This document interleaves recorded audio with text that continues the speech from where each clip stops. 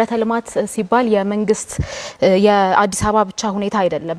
ለማን ነው መሰረተ ልማት የምትገነቡት? በጦርነት ለምታምሱት የአማራ ክልል ወይስ ደግሞ ከዚህ ቀደም በዜግነት ምክንያት ማግኘት የሚገባውን መሰረተ ልማት ለነጠቃችሁት ለአመታት ነጥቃችሁ ከዓለም ነጥላችሁ ላቆያችሁት የትግራይ ህዝብ ወይስ ከመጣችሁ ጀምሮ በጦርነት ላይ ይላለው ኦሮሚያ ህዝብ ነው የሚለውን ብታብራሩልን ጥሩ ይመስለኛል። የመጀመሪያው ለብልጽግና ነው የማቀርበው። አሁን ላይ ያለው የኢትዮጵያ መልክ እንደምትሉት እድገትና ብልጽግና አይደለም ብለን እናምናለን። ምክንያቱም በሀገሪቱ ጦርነት፣ መፈናቀል፣ ወጥቶ መግባት አለመቻል፣ ከድህነት በታች የሆነ ድህነት ሰርቶ ማግኘት ወይም ክፍያ ማግኘት አለመቻል የኢትዮጵያ አሁናዊ ሁኔታ ሆኖ ሳለ በምን አይነት መንገድ ወይም ደግሞ እናንተ የተለየች የምትኖሩባት ኢትዮጵያ ካለች እና የበለጸገችዋን ኢትዮጵያ እናንተ ብቻ የምትኖሩባት ከሆነም የት እንዳለች ብትነግሩን። እድገትና ብልጽግና ነው ትላላችሁ። በአንጻሩ ጦርነት፣ መፈናቀል፣ ሰርቶ ማግኘት የማይቻልበት ከተማ ነው የሚል በተደጋጋሚ አንስተዋል። እኛ ምንም እንኳን የሰላም መድረክ ባይሆንም ከመሰረተ ልማትና ከዲጂታል ኢኮኖሚ ጋር አያይዤ ለማንሳት ሞክራለሁ።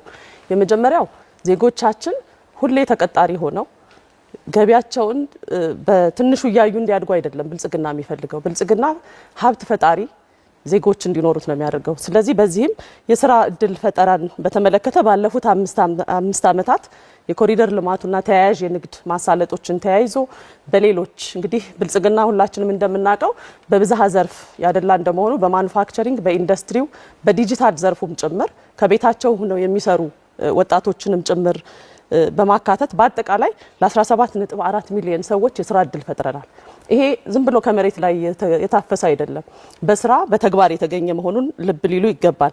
ከዚህ አንጻር ዜጎቻችን በመጀመሪያ ሰው ተኮር በመሆናችን ዜጎች መብታቸው ተጠብቆ ሊኖሩ ይገባል። ይሄ ከኮሪደር ልማት አንጻር ብናየው በተለይ ከከተማ ልማት ጋር ተያይዞ ማንሳት ስለሚያስፈልግ አብዛኛው ማህበረሰባችን መጸደጃ ቤት ያልነበረበት በቆጥ ላይ የሚኖር 6-7 ቤተሰብ አዲስ አበባ ከተማ ውስጥ ለዛውም የአፍሪካ የብልጽግና ተምሳሌት የምንላት ከተማ የፊት ገጽታችን የሆነች ከተማ ውስጥ በቅርብ ርቀት የምናያቸው የነበሩ ቤቶች አንገት የሚያስደፉ የነበሩ ናቸው። ይሄንን እኛ መመስከር ይገባናል ብዬ አላስብም።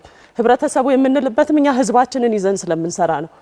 ወጣ ብሎ ማየት ይቻላል። በየዕለቱ ወክ የሚያደርገው የሚንቀሳቀሰው ፎቶ ሲነሳ የሚውለውም ደግሞ እዚህ ያለው ማህበረሰብ ጭምር ነው።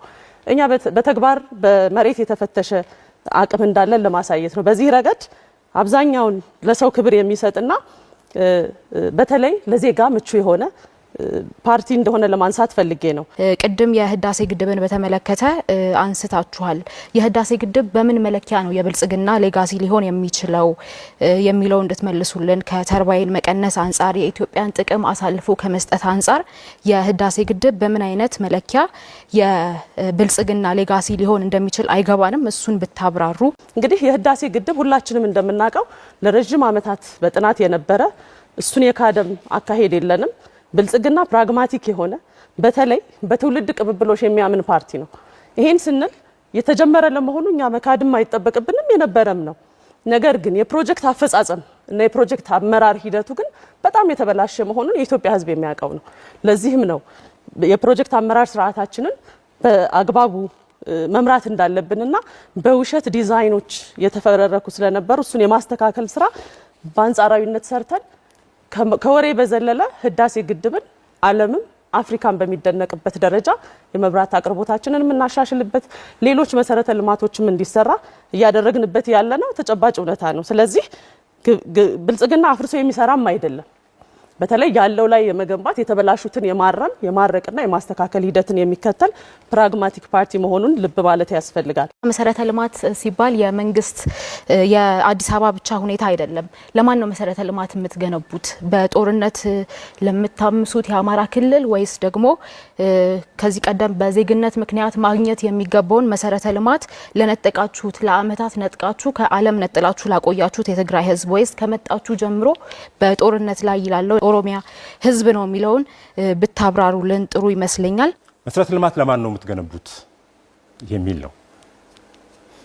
ብልጽግና ከሁሉም በሁሉም ለሁሉም የሆነ ፓርቲ ነው። የምንገነባው መሰረተ ልማት ለሁሉም ኢትዮጵያውያን ነው። አይደለም ለዛሬ ትውልድን ጭምር ያስተሳሰረ ፓርቲ ነው ብልጽግና። ትላንትን ከዛሬ ዛሬን ከነገ ያስተሳሰረና ለዛሬው ትውልድ ብቻ ሳይሆን ለነገውም ትውልድ ጭምር ተጨንቆ አስቦ የሚገነባ የሚተጋ ፓርቲ ነው። ስለዚህ መሰረተ ልማት የምንገነባው ለመላው ኢትዮጵያውያን በመላ ሀገሪቱ ላሉ ኢትዮጵያውያን ነው ያልነው። መንገድን ከ144,000 ኪሎ ሜትር 182,000 ኪሎ ሜትር አድርሰናል ብለን ከ40,000 ኪሎ ሜትር በላይ መንገድ ገነባን ባለፉት 5 ዓመታት ስንል የት ነው ያሉት እነዚህ መንገዶች? በመላ ኢትዮጵያ ነው ያሉት። በሁሉም ከተሞች ነው ያሉት። በሁሉም ገጠር አካባቢዎች ነው ያሉት። እንዲያውም ብልጽግና ከዚህ በፊት ተገቢ ትኩረት ተሰጥቷቸው ያልነበሩ የአርብቶ አደር አካባቢዎችን ጭምር በደንብ በማየት በመስኖ መሰረተ ልማት፣ በመንገድ መሰረተ ልማት እየሰራ ያለው ስራ እውነትም የሚሰራው የልማት ስራ አካታች መሆኑን እውነትም የሚሰራው ስራ መላው ኢትዮጵያን ይዞ ከፍ የሚል መሆኑን በደንብ አድርጎ ያሳየኑና በዚህ መልኩ መውሰድ ያስፈልጋል። ስለሆነም ልማትን እንዴት እንደሚያዩ አይ ቲንክ ጥያቄ ማንሳት ያለብን ይመስለኛል። ብልጽግና ልማትን የሚያየው የኢኮኖሚ እሳቤው ብዝሃ ዘርፍ ነው። በአንድ ዘርፍ ላይ ተንጠለጠለ ሳይሆን ወሳኝ የሚባሉ ዘርፎችን ለይቶ እነዛ ላይ ነው የሚሰራው። በግብርና፣ በማኑፋክቸሪንግ ኢንዱስትሪ፣ በቱሪዝም፣ በዲጂታል ኢኮኖሚ፣ በማዕድን። በግብርና ዓለም የመሰከረለት በስንዴ ልማት ትላልቅ ስራዎች ተሰርቷል። የት ነው የተሰራው? በመላ ኢትዮጵያ። በማኑፋክቸሪንግ ኢንዱስትሪ ከየት ወዴት እንደተሸጋገርን ይታወቃል። የት ነው ያሉት ኢንዱስትሪዎቻችን? በመላ ኢትዮጵያ ነው ያሉት። ማዕድን ተመሳሳይ። ቱሪዝም፣ የገበታ ለትውልድ ፕሮጀክቶች የት ነው ያሉት? ኮይሻ የት ነው ያለው? አዲስ አበባ ነው እንደ ያለው? ቤኑና የት ነው ያለው? አዲስ አበባ ነው እንደ ያለው? ጎርጎራ የት ነው? አዲስ አበባ ነው እንደ ያለው? በመላ ሀገሪቱ የተሰራጩ ናቸው። ሁሉም የምንሰራቸው ስራዎች በመላ ሀገሪቱ የተሰራጩ መሆኑን ማንሳት ያስፈልጋል። የኮሪደር ልማት ግንባታ ላይ ለኮሪደር ልማትና ለከተማ ውበት ሲባል ከመኖሪያ አካባቢያቸውና ከለመዱት ያኗኗር ስርዓት የተነሱትን ሰዎች ቋሚ የገቢ ምንጭ እንዳይኖራቸው በሚያደርግና የለመዱትን አኗኗር በሚቀይር መንገድ የትም ጥለዋቸዋል የሚል ጥያቄ ማለት ምንድነው ምላሻቸው? ይሄም ሌላኛው የተንሸዋረረ እይታ ነው። ምክንያቱም በኮሪደር ልማት የምናነሳቸውን ዜጎች እውነቱን ለመናገር እንደተለመደው አሁን ላይ ቋንቋም ተቀይሯል። እነዚህ ሰዎች የልማት ተነሽም አይደለም የሚባሉት፣ በትክክለኛው አገላለጽ የልማት ተጠቃሚዎች ናቸው። እነዚህን በኮሪደር ልማት ምክንያት የተነሱትን ሰዎች በተገቢው ክብር፣ የዜጎችን ክብር በጠበቀ መልኩ ቀደም ሲል የነበሩበት ሁኔታ ከክብራቸው ዝቅ የሚያደርግ አይነት አኗኗር የሚኖሩ ዜጎች ነበሩ። እነዚህን በጣም በተጠና መንገድ በተገቢው ሁኔታ ወደ ሌላ ቦታ ተገቢውን የሆነ መሰረተ ልማት አሟልተን ቤት ሰጥተን ጥሩ የሆነ ኑሮ እንዲኖሩ ማድረግ ችለናል። ይሄን ደግሞ በሰራናቸው ስራዎች የምታውቁት ነው። ገላንጉራ ላይ ብንሄድ የፈጠርነው መንደር እጅግ በጣም የሚያስደምም ዜጎች የሚኮሩበት ማህበራዊ መስተጋብራቸው እንዳይቀጥልና የነበራቸው የገቢ ምንጭ እንዳይቀጥል አድርጋችኋል ነው ጥያቄ። ያንን በተቻለ መጠን ለመጠበቅ እንሞክራለን። ይሄን ስናደርግ እንግዲህ መሰረተ ልማት ነው የምንሰራው፣ ከተማ ነው አፍርሰን እየገነባን ያለ ነው ፕራክቲካሊ። ይሄን ስናደርግ የሚኖሩ የማይመቹ ነገሮች አይኖሩም አንልም። ግን እንደ ብልጽግና አካሄዳችን በጣም ግልጽ ነው፣ መርሃችን በጣም ግልጽ ነው። ዜጎች ከየትኛውም ቦታ ሲነሱ በየትኛውም መስፈርት የተሻለ ሁኔታ ውስጥ መኖር አለባቸው። በተቻለ መጠን ኢኮኖሚያዊ ገቢያቸውን የኑሮ ዋስትናቸውን የሚያናጋ መሆን የለበትም በሚል በግልጽ መርህና ዶክተር ጌታ መሰረተ ልማትን በተመለከተ በ10 ዓመቱ የልማት እቅዳችሁ የባቡር ሽፋንን አሁን ካለበት 902 ኪሎ ሜትር ወደ 4199 ኪሎ ሜትር እናሳድጋለን ብላችኋል። አንድም የባቡር መሰረተ ልማት ግን አልጀመራችሁም ባለፉት 5 ዓመታት ውስጥ። ይሄን ጉዳይ በተመለከተ ባልደረባይን ትግስትን ትችላላችሁ፣ መቀየር ትችላላችሁ። ወይዘሮ ትግስት መምጣት ይችላሉ። መሰረተ ልማታችን በዋናነት ከመነሻውም በጥናት ያልተደገፈ የፋይናንስ ድጋፍ ሳይኖረው የተጀመሩ ብዙ መሰረታዊ ችግር የነበረባቸው መሆናቸውን ልብ ሊሉ ይገባል። እዚህ ላይ ይሄ እኮ የእናንተ ክልል በተለይ እውነት ነው የተቀበልነውን ነው እያነሳው ያለሁት። መንግስት ሆነን ስንመረጥ በተለይ የአዋጭነት ጥናት ያልተካሄደባቸው የፋይናንስ ችግር በአግባቡ ሳይያዝ የታቀዱ ነበሩ። ከዛ በኋላ እኛ ያደረግነው ከነበረበት እናሻሻላለን ባልነው መሰረት በተለይ የንግድና የገቢና የወጪ ንግድን በማሻሻል ረገድ የኢትዮ ጅቡቲ የባቡር መስመርን ማየት ይቻላል። ከህዝብ ትራንስፖርት በተያያዘ ራሱን የቻለ ጥናት የጥራት ችግርም ያለባቸው ስለነበረ ከተሞችን ውበታቸውን ያበላሹ ስለነበሩ በድጋሚ ማጥናትና ዲዛይናቸውን ማየት ይፈልግ ስለነበር እሱ በጥናት ላይ ነው ያለው።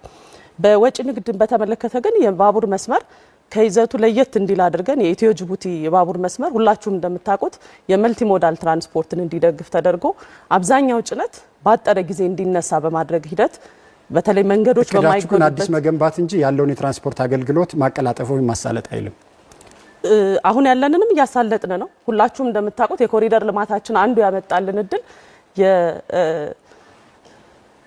የመሰረተ ልማታችን ላይ በተለይ ለህዝቦቹ ምቹ የሚሆን የሞተር አልባ ትራንስፖርትን አማራጭ አምጥቷል። ስለዚህ በእግር በብስክሌት በተለይ የግሪን ሞቢሊቲን ተደራሽ ያደረግንበት አንዱ የብዝሃ ትራንስፖርትን ያስፋፋንበት መሆኑንም ታሳቢ ማድረግ ያስፈልጋል። ይሄ መጋቢ የትራንስፖርትና ኮኔክቲቪቲዎችን በተለይ በስማርት ከተሞች የሚታየውን ባቡር ብቻውን ወይም ብዝሃ ትራንስፖርት ብቻውን ተደራሽ ሊሆን አይገባም። ይሄ ባደጉት ሀገራትም ያለ ልምድ ነው። እኛም እሱን እየተከተልን የሞተር አልባ ትራንስፖርትን እያስፋፋን አብዛኛው ህዝባችን በእግርም በብስክሌትም እንዲሄድ እያደረግን ያለንበት ነው። ይሄ መሬት ላይ ያለ እውነታም ነው።